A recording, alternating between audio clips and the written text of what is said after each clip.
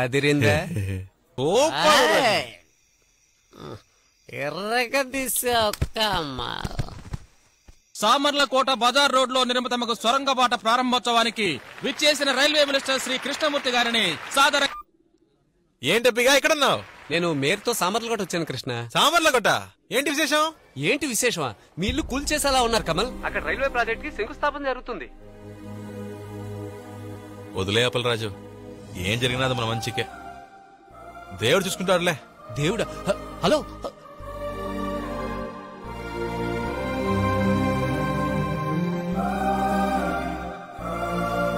నమస్తే మేడం. చెప్పు కృష్ణ. మేరక్క బాగున్నారా? పదవిలోకి రాగానే బాగా బిజీ అయిపోయినట్టున్నారు. ప్రజల్ని కొంచెం పట్టించుకోండి అక్క.